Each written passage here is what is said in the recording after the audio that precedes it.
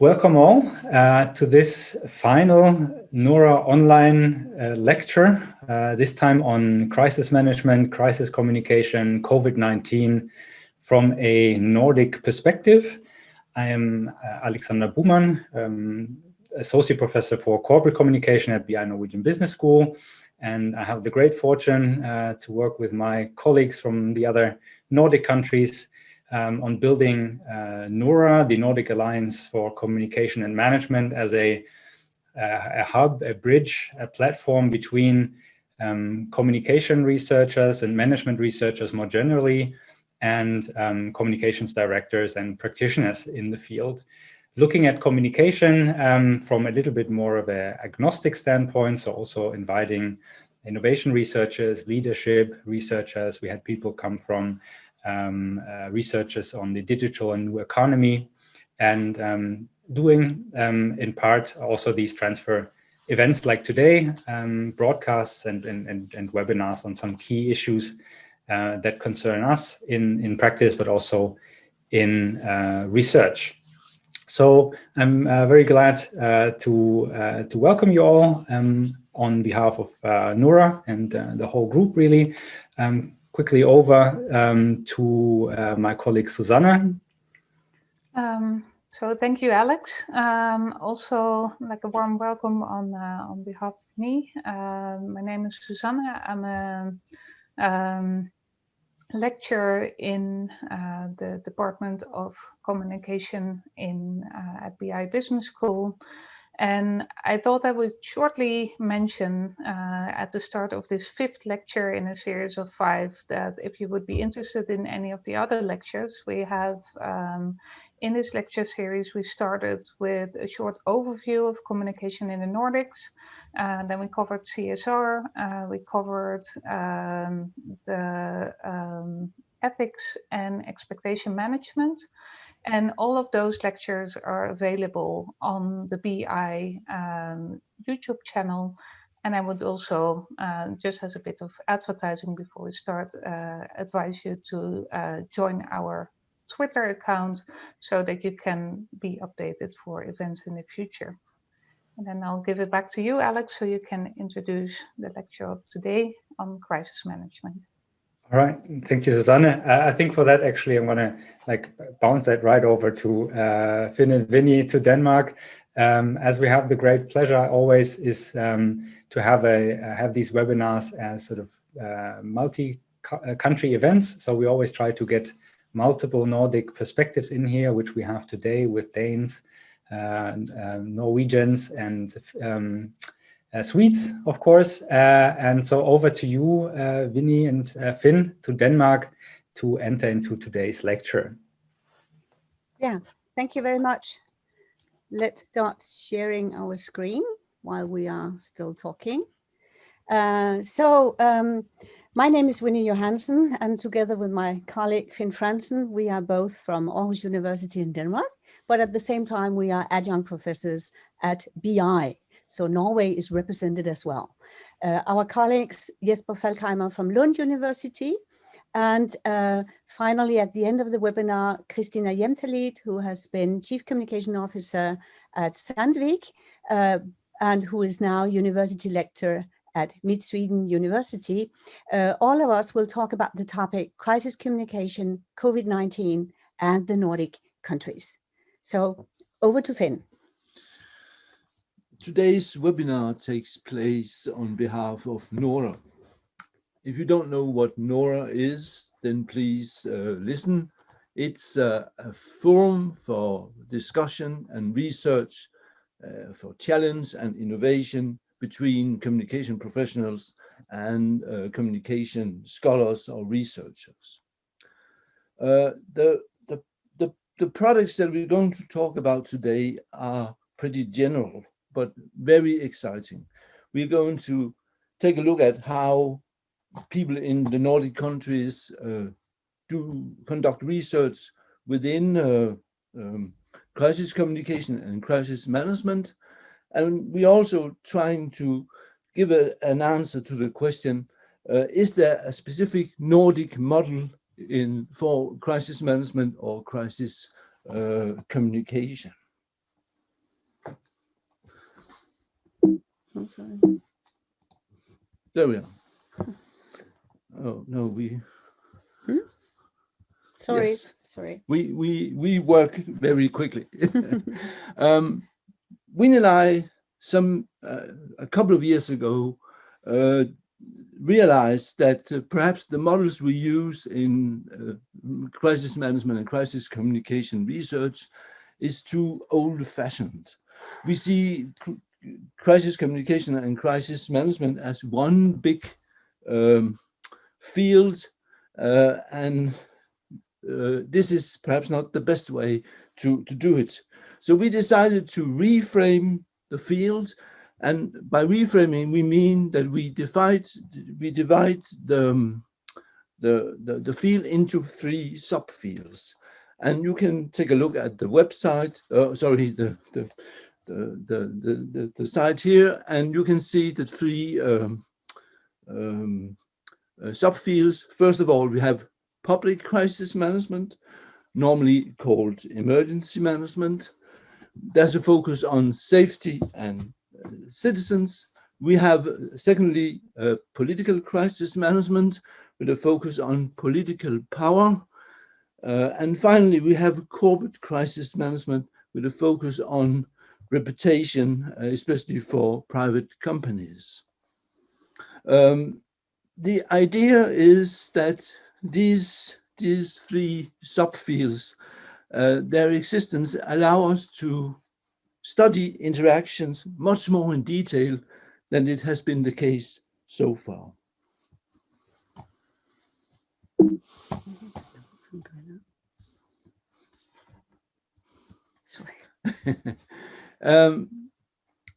Let's start out using this model by applying it to the 4 Nordic countries.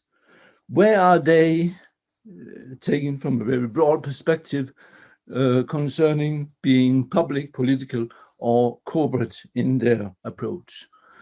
According to us, Norway, Sweden, and Finland are more interested and more involved in research on public crisis management, whereas the Danes seems to be doomed to be interested in corporate crisis management.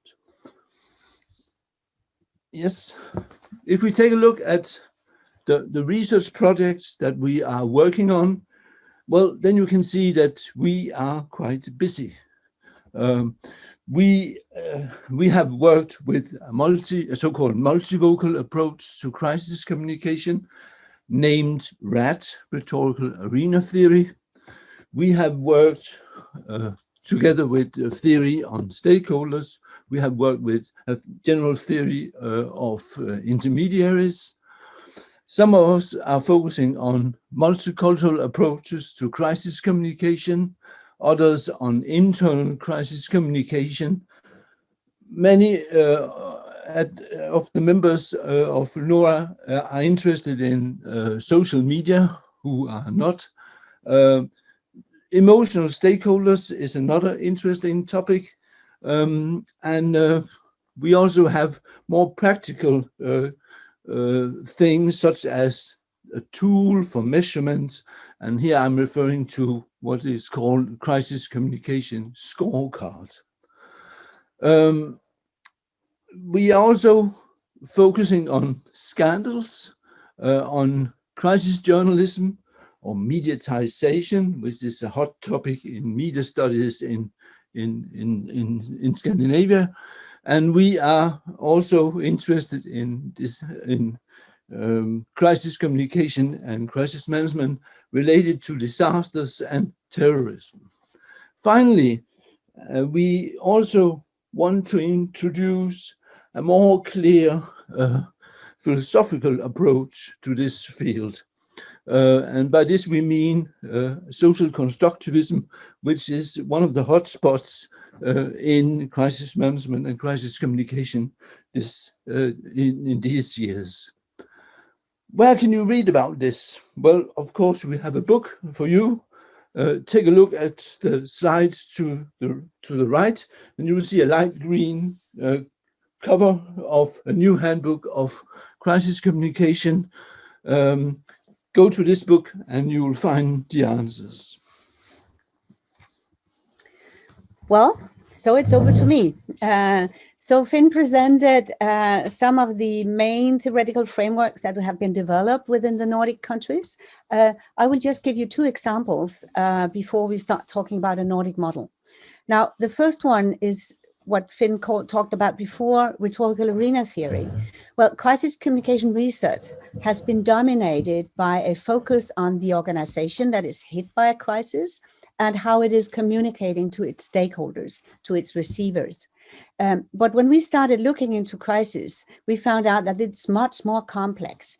When a crisis hits, well, you could say an arena is opening up. And an arena is a social space that opens when a crisis breaks out, where multiple voices start communicating, not just to supporting a company, but with, against, past, or about each other.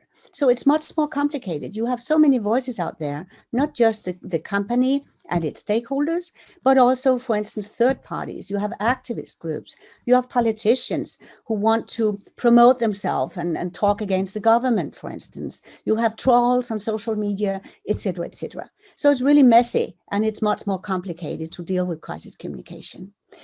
We are inspired by complexity theory and by what is named strategic interdependencies, meaning like a game of chess. Look at the round circles here. You have, as an organization hit by a crisis, you have to try to anticipate what will the other voices out there be doing? What kind of patterns do they have? Do they want a dialogue, or do they want to fight us, so to speak? So you are actually dependent on the reactions of the others. So independencies and patterns of interaction is what we are looking for when we are using this model. The second big area in the Nordic countries is internal crisis communication and employees as co-communicators. In fact, it's only 10 years ago that we started, because so far a lot of the crisis communication research has concentrated on external, probably because researchers often do not have access to companies. But in 2011, we started developing a first interpretive framework showing what kind of crisis communication is going on inside an organization during the pre-crisis, crisis, and post-crisis stage.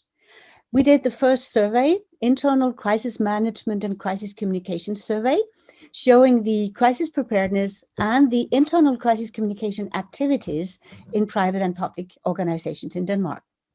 We have been studying employees as active co-communicators.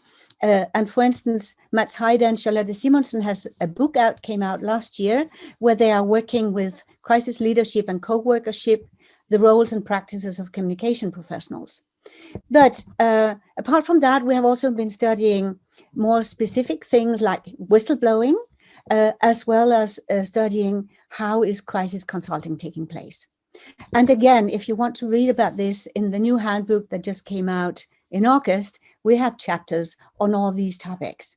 And take a look at the COVID, what's going on right now. It's so needed. We need more research into these kind of fields, but it's really one of our landmarks in the Nordic countries. But do we have a truly Nordic model? Or is it like with Scandinavian airline system? Do you remember the campaign in February? What is truly Scandinavian? Travelers bring home great ideas. So we claim that we have a Nordic perspective, but do we really have that? Or are we actually saying like SAS, even the Danish isn't Danish? But as you may remember, it gave out a lot of reactions, for instance, from Sweden, from Denmark and Norway. A lot of customers and citizens were very angry and mad. Let us keep our traditions. We do have our specific values. And is it so? Well, at least a lot of people are claiming that we do have a specific Nordic model. For instance, that the way we build our nation states, they are all welfare states, very stable democratic political systems. We have very specific and almost similar traditions in public administrations, although there seem to be here a little divide between Sweden and Finland on one hand, and Norway and Denmark on the other hand. And we saw that, we have seen that during the COVID-19, that, for instance, public administration play a different role in the different countries. We are all small countries with almost no conflicts, least corrupt countries in the world. And as you all know, probably, we are among the happiest countries in the world. This is to the right, you have the ranking from 2019. Finland, number 1, Denmark, number 2, Norway, number 3. Actually, they went down to number 5 this year. Iceland, number 4, and Sweden, number 7. Happiness, trust, interconnectedness, social cohesion are some of the values that are characterizing the Nordic countries. When we talk about private and public organizations, we are also talking about a specific Nordic management style. And that's quite interesting. We have a lot of writings on that. We will not go into details with that now, but let's see, okay, if we claim we have a Nordic model in general, what about in particular? Can we speak about a specific Nordic model within crisis communication? Now let's go back to the 3 different areas where we are actually doing research. First of all, the Nordic public crisis communication, the emergency disaster sector. Here we actually have Krista Pursiainen, who is professor in security research at the Arctic University in Tromsø. He believes in the idea of a Nordic model. He says that his idea is linked to the shift from only focusing on protecting critical infrastructure, circulation, transportation ways and stuff like that, to resilience in general. And he claims that in the Nordic countries, we are actually broader. We are not just focusing on critical infrastructure, but on all kinds of vital societal functions that may be influenced by bad weather conditions, disasters of any kind, floodings and stuff like that. Instead of focusing mostly on terrorism, we have an all hazards approach to threat scenarios, apparently, if you look into the crisis preparedness systems in the Nordic countries. And we try to harmonize across the countries vocabulary, approaches, practices, and legal and regulatory frameworks. And finally, he says, people know one another. The countries are so small that within emergency management, people know one another. So we have a very tight network working together in solving problems. But what about political crisis communication? Well, we would say that citizens have this extraordinary level of trust in government and government agencies, and they actually follow instructions. If you look at the COVID-19, you don't see many manifestations in the Nordic countries, whereas in Germany, in France, in Italy, in UK, you have people going out protesting against their government system. So at least there is some kind of agreement when it comes to the political part. Despite the fact that politicians do not agree, they are actually they are having blame games, they are having framing contests, trying to criticize the governments and so forth. Now, finally, and to end our part of this webinar, what about Nordic corporate crisis communication? So if we have a specific Nordic management style in general, we probably also have one within crisis leadership and crisis communication. This is what we are researching on right now. So this is the next big step to take into this, to try to characterize crisis communication within a Nordic model. Thank you.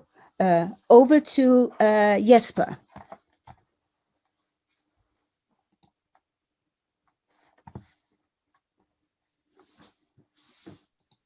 Hello, everyone. Just give me 2 seconds and I will share my presentation, hopefully.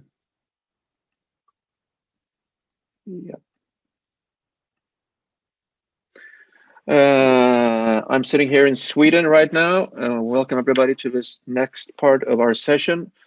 As you can see in the statistics about the happiest countries in the world, Sweden was actually the least happy one in the Nordics, but we're doing pretty well anyway. Anyway, I will speak for approximately 10 to 15 minutes, continuing after Finn and Vinny's introduction here.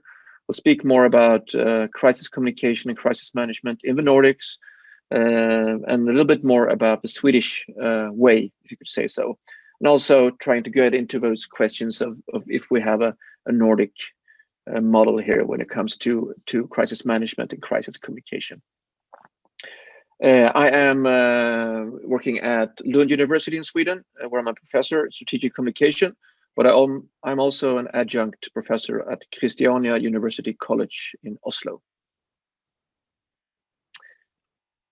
My approach to this, and also my approach in the research I do, is very much focused on the matter of context, culture, and situation when it comes to crisis communication.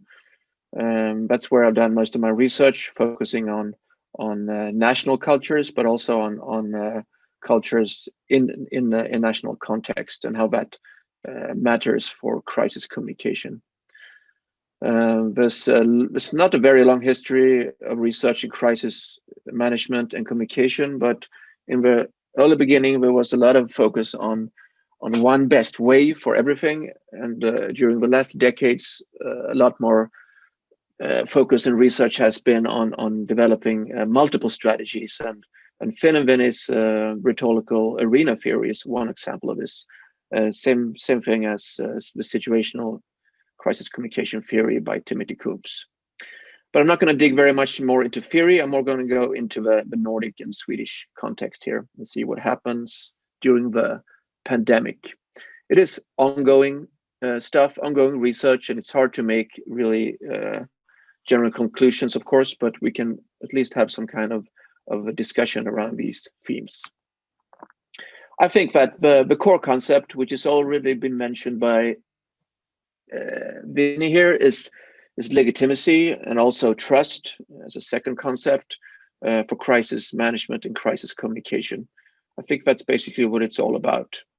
And trust and legitimacy is created and constructed partly due to communication, of course. As was mentioned by Vinny, the Nordic people have a very high confidence in the state, in governments, and also have a very high level of interpersonal social trust, especially if you compare it to other countries, also in the south of Europe.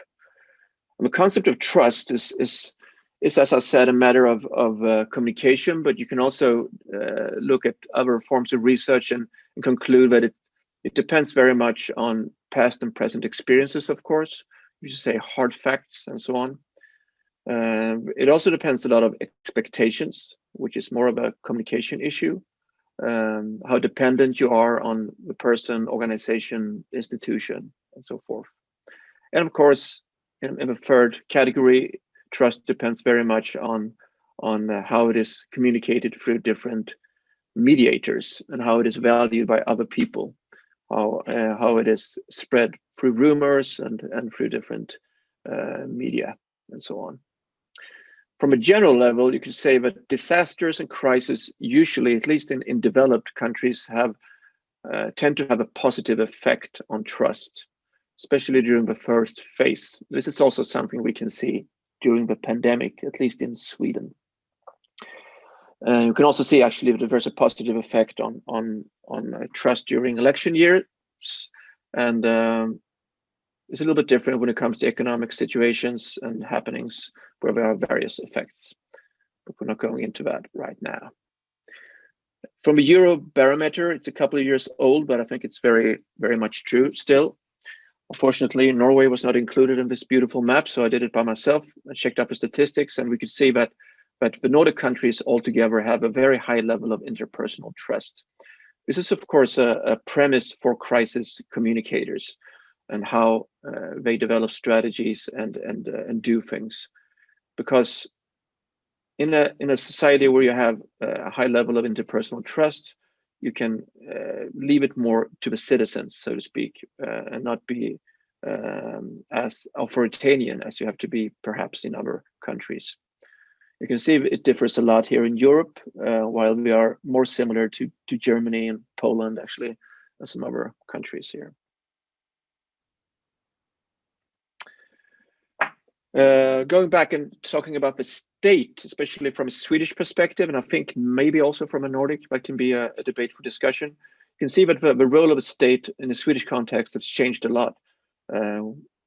Some political scientists speak about the golden age of a state from after the Second World War until 1970, where there was some kind of strong focus on the good things of the state, and the state developed and grew in different ways. From 1970 to 2000, this is of course simplified, we see slowly a more questioning phase of the state, especially during the 80s and 90s when new public management entered the scene. And in Sweden, we have a lot of deregulation, especially during the 1990s, also by earlier public institutions. From the millennium shift and on, some political scientists speak about return of the state. This is due to increased uncertainty in several ways. We have terror attacks, we have climate change, we have increased migration, populism, and of course, the pandemic now, which might also lead to an increased focus on the role of the state and also an increased trust if the pandemic is handled in a good way. There are also, of course, consequences like secularization and nationalism due to the increased role of the state, which we can see not only in Sweden, but also in many other countries. So going back to crisis communication from more applied perspectives, as you can see, but there are 151 people listening to this lesson, and I think most of you know what works in a crisis. So this is not rocket science, but I thought about just applying some of these basic recommendations to the pandemic in a Swedish perspective. One thing that usually works very well, at least in Sweden and in many other countries, is that the communicator is some kind of ordinary man or woman. That works better, especially during a crisis. Somebody you can trust who is more similar to you and not very authoritarian and so on. The Swedish state epidemiologist Anders Tegnell is a typical ordinary man, I would say, and has worked pretty well when it comes to communicating. There's a lot of critique towards him as a person and towards the agency he works for, but I would say they still have a high level of trust. Another lesson learned is also that the internal external communication has to be aligned. That has also been mentioned by Vinny recently. Another one is to face the fact, of course, that you have to be very factual and to give rational information. At the same time, being empathetic, not so that you lose your face, but that you really try to show some kind of empathy towards the public. Leadership is important. Tell what is done and will be done is important. Consistency, clearness is important. Has this worked in a Swedish context? I would say, if you look at the opinion polls, yeah, pretty well so far. If you look at it from a strict legitimacy and communication perspective. And I think it is rather similar to what has happened in the Nordic countries all over. Just some short reflections. I'm going to finish my part here. If you look at some facts now about opinion polls in Sweden, we can see very good trust in government and responsible government in the first phase. We are now, of course, in the second phase, and it has changed a little bit. The risk during the first phase, when the media also tended to be very much a megaphone for the government, was that you get some kind of situation where you rally around the flag, where everybody becomes uncritical towards what's going on. And now in the second phase, this has changed, which is following actually the usual development of a crisis. There's still a high level of trust in government and government officials and so on, but there has been an increase in the political debate. The journalists have started to be more critical, which I guess is good. So we're actually going into a new level, at least in Sweden right now. The last slide here, if we look at who is to trust and who are the most important communicators in a Swedish perspective, it is not a new truth because it has always been like this during crisis, at least in Sweden, but public service is the highest trusted platform for getting information. Swedes, I think this is similar in other Nordic countries, tend to trust the public service television and the Swedish radio here a lot. And if we look at how the Swedish citizens relate to different professional actors, it might not be a big surprise, but healthcare professionals, physicians, and so on have a very, very strong impact and a lot of high level of trust, while politicians and journalists don't really have the same level of trust. So to summarize this, you could say that at least in the first phase, in a Swedish, I guess, Nordic perspective, things have developed rather well when it comes to the communication and legitimacy and trust approach. Now in the second phase, things are changing a little bit and we don't know where it's going, but we still have a rather high level of trust in the system.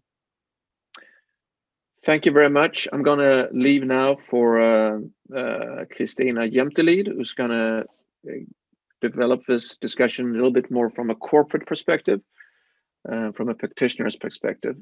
So thank you very much for listening, everybody, and over to you, Christina. Thank you, Jesper. And I will also share my screen. And starting a bit there, I should start. So thank you for inviting me to this webinar. It's a privilege to be able to present in this session. The purpose of my presentation is to give you a glimpse on how we have worked with crisis communication during the pandemic within Sandvik. So really crisis communication from a practitioner's point of view. And I will talk a bit about what communication material we produced, what channels we used, and what stakeholders we've communicated with, and also sharing some of the challenges that we've faced during this time, and also some lessons learned that we've done during the process, and also ending with some reflections on the role of the communication professional in a crisis. But first, a few words about me and Sandvik, for those of you who don't know Sandvik. So I have a PhD from Stockholm University. I studied organizational communication there, and I thought that was very interesting, and I wanted to find out more about organizational communication from a practical point of view. So I started as a communication professional at Sandvik for it's almost 13 years ago now. And at Sandvik, I've been working a lot with the manager communication, communicative leadership, for example, together with Mid-Sweden University and their research projects around communicative leadership. A lot with the change communication and also now during this year, also crisis communication. And since the beginning of November, I am a university lecturer at Mid-Sweden University. And Sandvik then, what is that? Well, it's a global engineering company with more than 40,000 employees worldwide. And it's actually quite an old organization, old company. It was founded in 1862 in a small village in Sweden called Sandviken, which is close here to where I live from Gävle. It's a lot of business still being done in Sandviken. It's a large employer in Sandviken, but the headquarters is now located in Stockholm. And it's a world-leading company within cutting tools, mining equipment, and advanced stainless steels, with presence in all parts of the world, as I said, in industry segments such as aerospace, automotive, oil and gas, and mining, to mention a few. And as you can imagine, with a global presence, we've had to deal with this pandemic, both globally, the global perspective, but also national perspective, and even more local than national, and affected in different ways. So having to deal with working from home, work time reduction, travel restrictions, travel bans, new ways of working, and new ways of behaving, actually. And it will not be so much about a Nordic perspective, since it's a global company, but I hope it will be interesting still. So how have we worked during the COVID-19 pandemic? So for all of us, I mean, all of you listening as well, even though we didn't know from the start how widespread this would be and how big of a challenge this would be, I worked within one of the business areas at Sandvik, and in that business area, we formed a crisis team quite early on as a request from the management team. So this was a crisis team formed at the beginning of February when things were already moving in China. And these are the areas that I will talk about. I will not be able to go into much detail, but giving you an idea of what we have worked with. So the crisis team, the first crisis team that we formed had functional representation rather than representation from the line organization. So we had members of the team that were from HR organization, EHS, that is Environment, Health and Safety organization, and from production and logistics and transportation, and also communication then. And each function and each role, we had own networks in the organization, so we were able to make sure that communication and information were flowing back and forth in the organization.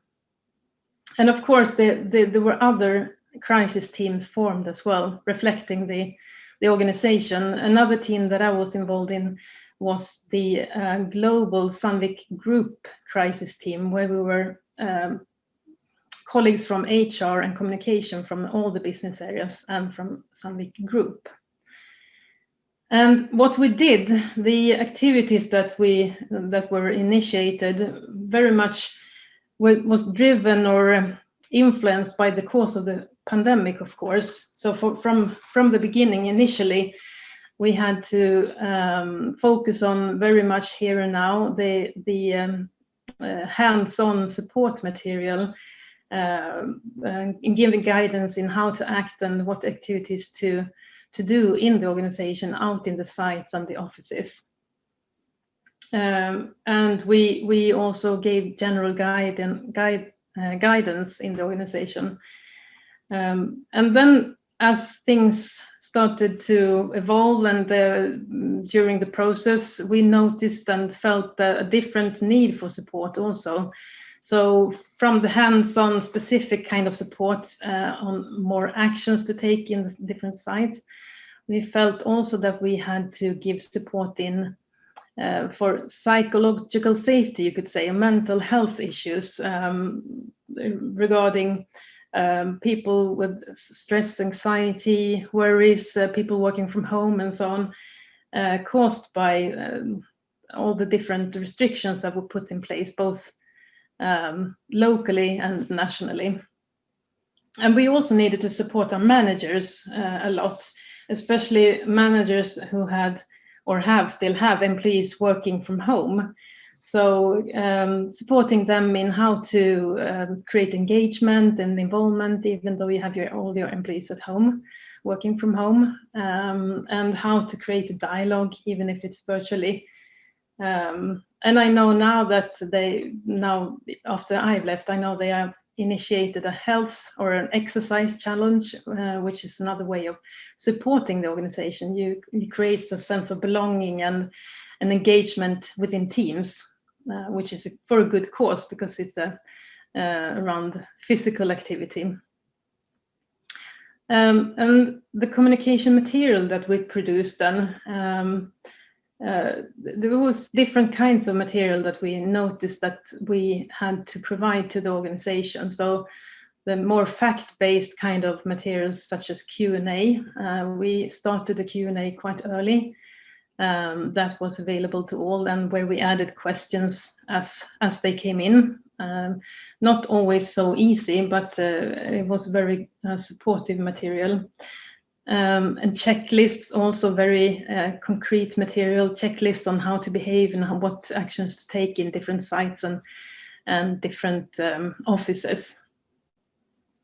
We also created an intranet portal specifically for COVID-19 related information. So we published all support material, all the checklists, the Q&As, the guidelines, and published intranet news that also was gathered in that intranet portal, which was really good because then you had all the information gathered in one place for everyone to be able to access. And another good thing that we did quite early on also was to create an email box or an email account just for corona-related questions and concerns. And that was very much a lot of questions in the beginning, but as more information came out in the organization, there were less communication or less activity in that email box.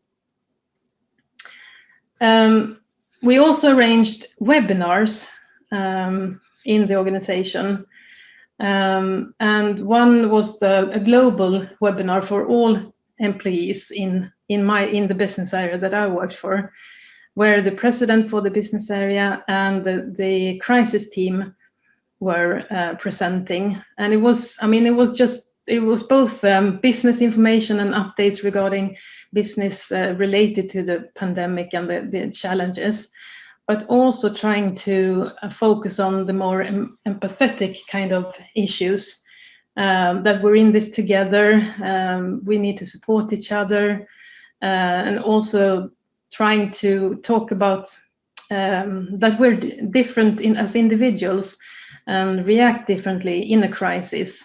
So respecting each other's reactions and taking care of each other. And also we discussed a few times the fact that we heard some mention that when you're working from home, and I guess that could be something that all can relate to, that you're not really, you sometimes don't get a feeling for what company you work for or what organization you work for. You could be working for anyone when you're sitting from home. So that was something that we also worked with. Even if you're at home and you have a home office, what is it that makes it specifically Sandvik that you work for? The feeling of belonging to the Sandvik organization. So that's the materials and the channels that we use. And of course, talking about target groups or stakeholders in a large organization such as Sandvik, we have lots of employees both in offices but also in production sites, and that's a little bit of a challenge because it's you need to reach all employees with some information, and it's different where you are in the organization, how you can access information, because in some places you don't even have access to a computer and you can read the internet, for example. So that was a challenge, and we needed to make sure how to reach those employees. And that's also where managers come in as important channels or support for the employees. And some words about the challenges and the lessons learned. We did some lessons learned sessions during the whole time, actually, to reflect upon the work that we do and how that can be improved and so on. And I mean, it's a new kind of crisis, and no one has really faced this or experienced this before. And since it affects us all, 100% of the organization and the society. So those lessons learned sessions that we've had has been very good. And to the left on this slide, then are the things that we sort of reflected a lot on, and the more positive kind of reflections. One thing was that has been good throughout the process is that we created the crisis teams early. We were active from the start, and also having the functional representation has been very good to secure that the information reaches employees and different stakeholders in the organization. Which also relates to the next point, the importance of having networks in place. I think that's important also when there is no crisis. You need to have networks and you need to have contacts in the organization to be able to activate that when there is a crisis. So that was an experience this was both positive and negative in the organization. So it's a learning that this is really crucial all the time. The global webinars has also been a very good way of communicating to many employees at the same time. And we saw that from the attendance, that we had a much higher attendance in those webinars, the Corona information webinars, than the regular quarterly webinars, for example. And also a reflection that we've experienced it good to have a mix of communication channels, not relying on one or two, and mainly because of as individuals, we learn in different ways, we take in the information in different ways. So it's a good way of reaching everyone and making sure that everyone can access the information and relate to it by using different channels. Could be films, webinars, texts, internet news, or different ways like that. And I could add actually one more thing there, which I personally, as a communication professional, good experience, but also the challenging is that having to dare to communicate more outside of the box thinking, because it's such a different situation that we are in. That's one of the reflections we also made. And then on the right-hand side here, then the more challenges that we've faced, the global versus the local communication has been, of course, a challenge, because we wanted to be able to communicate from a global or common organization level, relying on very much, at least in the beginning, on WHO and SOS International. But also then, of course, as you know, there are very different restrictions and recommendations and activities taking place nationally, but also locally within different countries. So that balance has been a bit of a challenge. And the communication reach, the challenge to reach all employees with information, having to rely on working communication channels and the managers also. And need for more communication. That's a kind of a feedback from the organization, from employees and colleagues, which I guess is not uncommon in any situation, but also a challenge for us working in crisis teams or as communication professionals. So really that's the kind of thinking to communicate even if there's nothing new to communicate, but that could be a challenge. And also very common also in other, for example, in employee engagement surveys, I think not just in a crisis, but something that came up about top management. People wanted top management more visible, communicating their view of the crisis and the situation.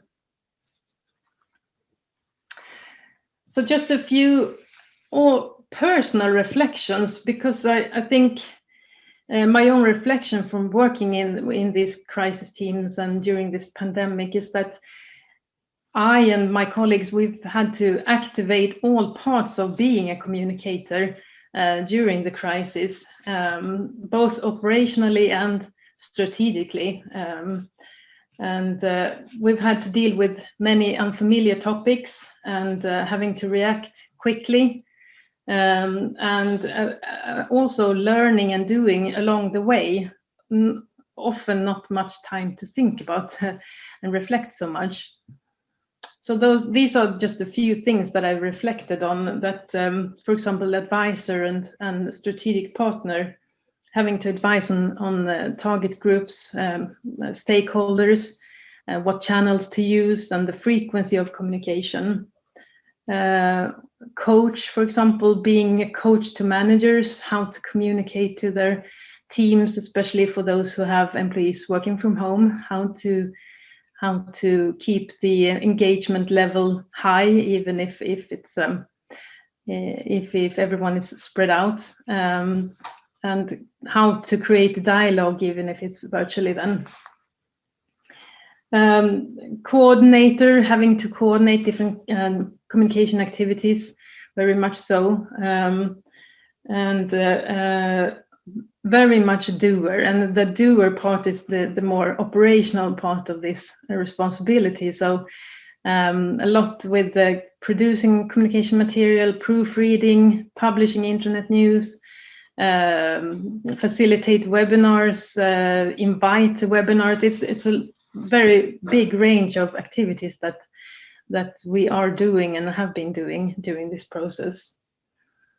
and also gatekeeper, kind of, I don't know if it's the best word, but trying to balance the different requests and questions that come into us from the organization, and also communicating back to the organization, and not maybe it's a Swedish expression, but not running after all the balls, so to say, so not catching all the requests that come in, very much gatekeeper.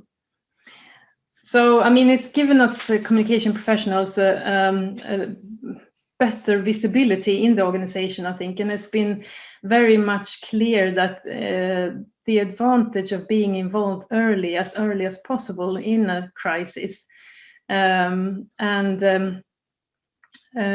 also clear that we can, as communication professionals, whatever our role is internally, it could be a strategist, could be professional, could be whatever the role within internal communication, but really adding a lot of value, strategic value, to the crisis work, not just crisis communication, but also crisis management, is a reflection from my side.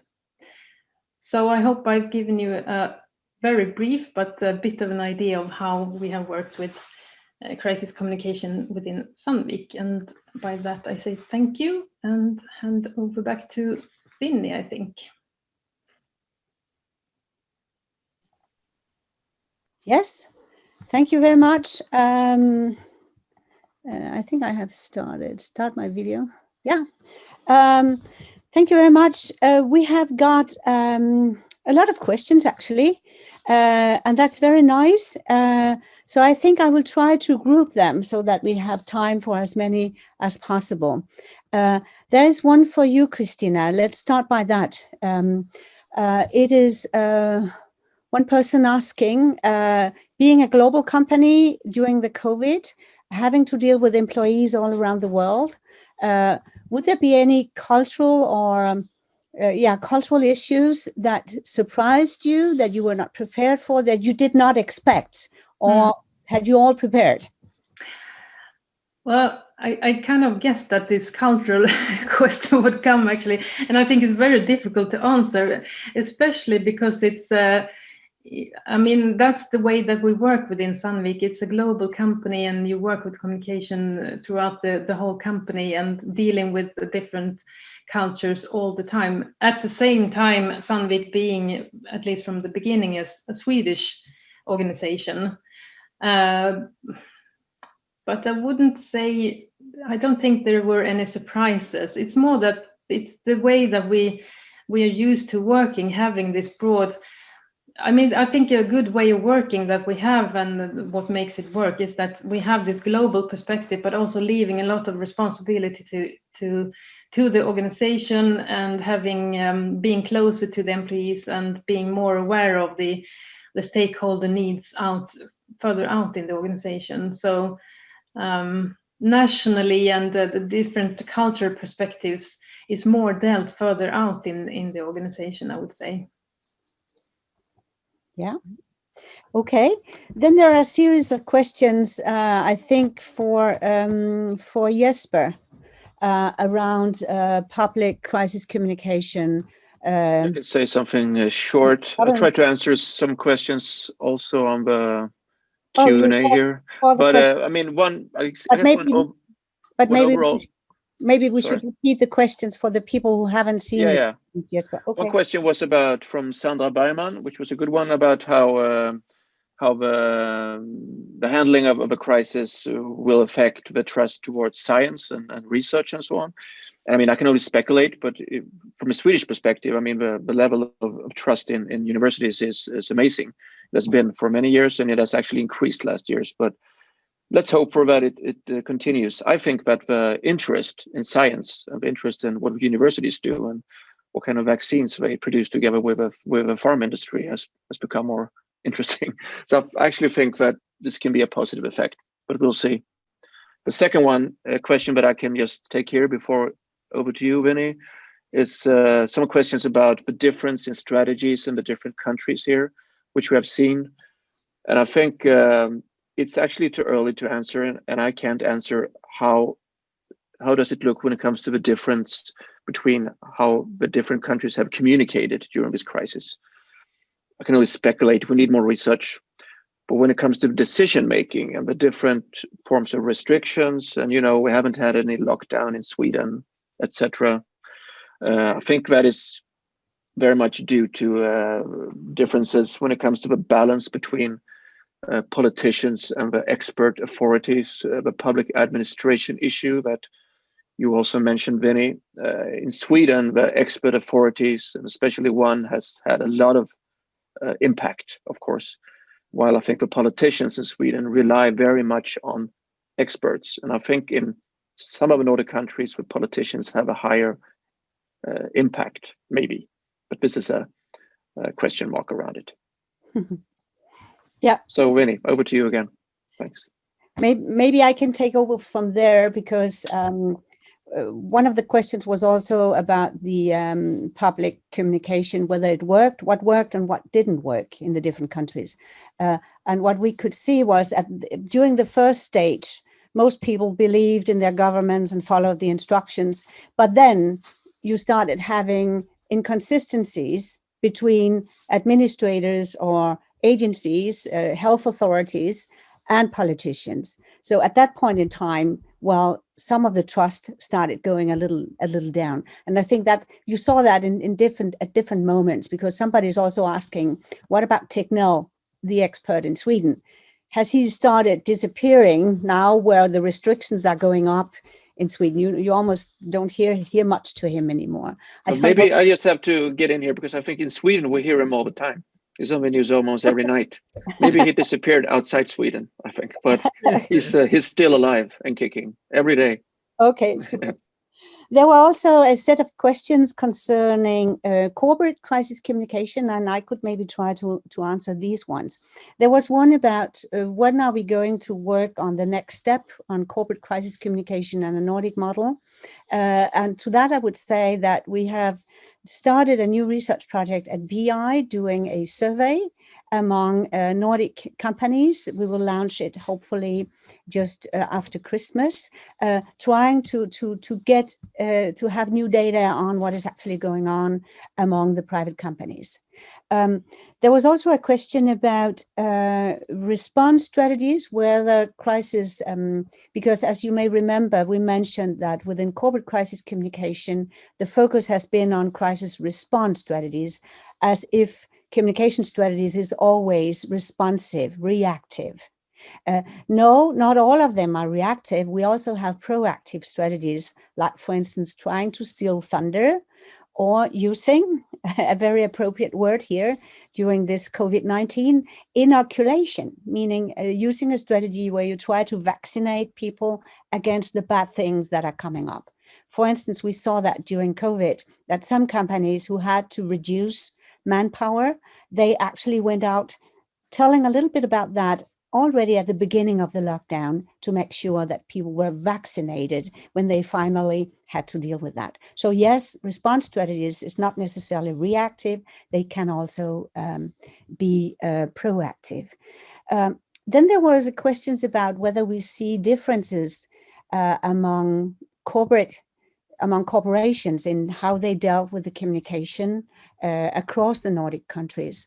And here I would say, as you did, Jesper, it's much too early. We need more research on that. But what we can see and what we have seen is that it was not a matter necessarily of the Nordic countries, but of differences within the organizations. Some organizations, I mean, they all feel that they are the private organizations, that they are in a victim crisis. But it's not the victim crisis itself they have to deal with. It's the way they handle that crisis. And the handling of it has been quite different. We have had cases where companies have been accused, blamed for only thinking about their profit and themselves, not thinking about their staff, not thinking about their clients, and so forth. So some of the private companies did mistakes to begin with, but then realized that they had to listen more to what was actually going on. So I don't think we can come in at this point in time putting out similarities and differences. We need more research into that point. But hopefully we are going to have more research very briefly in the nearby future. Let me see, would there be other, hopefully we have dealt with everything, and I also think that time has run out. So from all of us, thank you very much for attending. It would have been lovely to have more time, to have more discussion, but the webinar is 1 hour, so we will end. Thank you for your comment. We will keep them and look into it and discuss it. And if you have more questions or you want to contact us, feel free to do that. Apart from that, enjoy your day and stay safe until we get across COVID-19. Thank you very much, everybody. Thank you. Bye-bye.